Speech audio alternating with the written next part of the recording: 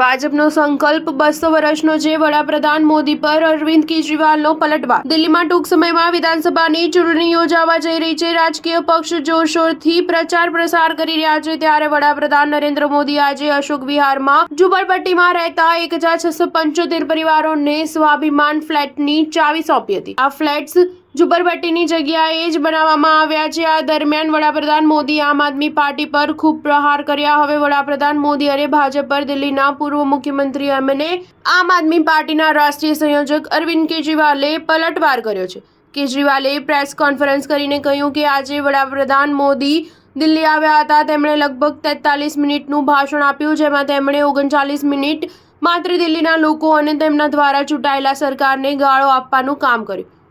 તેમણે કહ્યું કે દિલ્હીના લોકોએ 2 સરકાર ચૂંટી હતી। દિલ્હી હોફ સ્ટેટ છે, કેન્દ્રમાં ભાજપની અને દિલ્હીમાં આમ આદમી પાર્ટીની સરકાર, અને તેને 10 વર્ષ થઈ ગયા છે।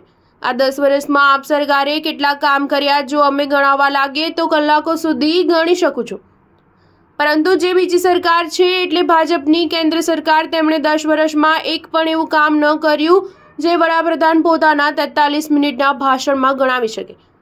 કેજરીવાલે કહ્યું કે જે કામ કરે છે તે ગાળો નથી આપતા। જો ભાજપે 10 વર્ષમાં કામ કર્યા હોત તો દિલ્હીના લોકોને ગાળો ન આપી હોત। જ્યારે કોઈ વ્યક્તિ કામ કરે છે તો તેને ગાળો આપવાની જરૂર નથી હોતી, પરંતુ જ્યારે કામ નથી કરતા ત્યારે લોકોને ગાળો આપે છે। આજે વડાપ્રધાને દિલ્હીના લોકોને ગાળો આપી છે। વડાપ્રધાને 2020માં ભાજપનો સંકલ્પ પત્ર જાહેર કર્યો હતો, ત્યારે વડાપ્રધાને દિલ્હીના લોકોને અનેક વાયદા કર્યા હતા। તેમણે કહ્યું હતું કે 2022 સુધી દિલ્હીમાં તમામ લોકોને પાકા મકાન આપી દેવાશે। 5 વર્ષમાં માત્ર 4700 મકાન બનાવ્યા છે। દિલ્હીમાં 4 લાખ ઝૂંપડીઓ છે, 15 લાખ લોકોને મકાન જોઈએ, પરંતુ 4700 મકાન 5 વર્ષમાં આવ્યા છે।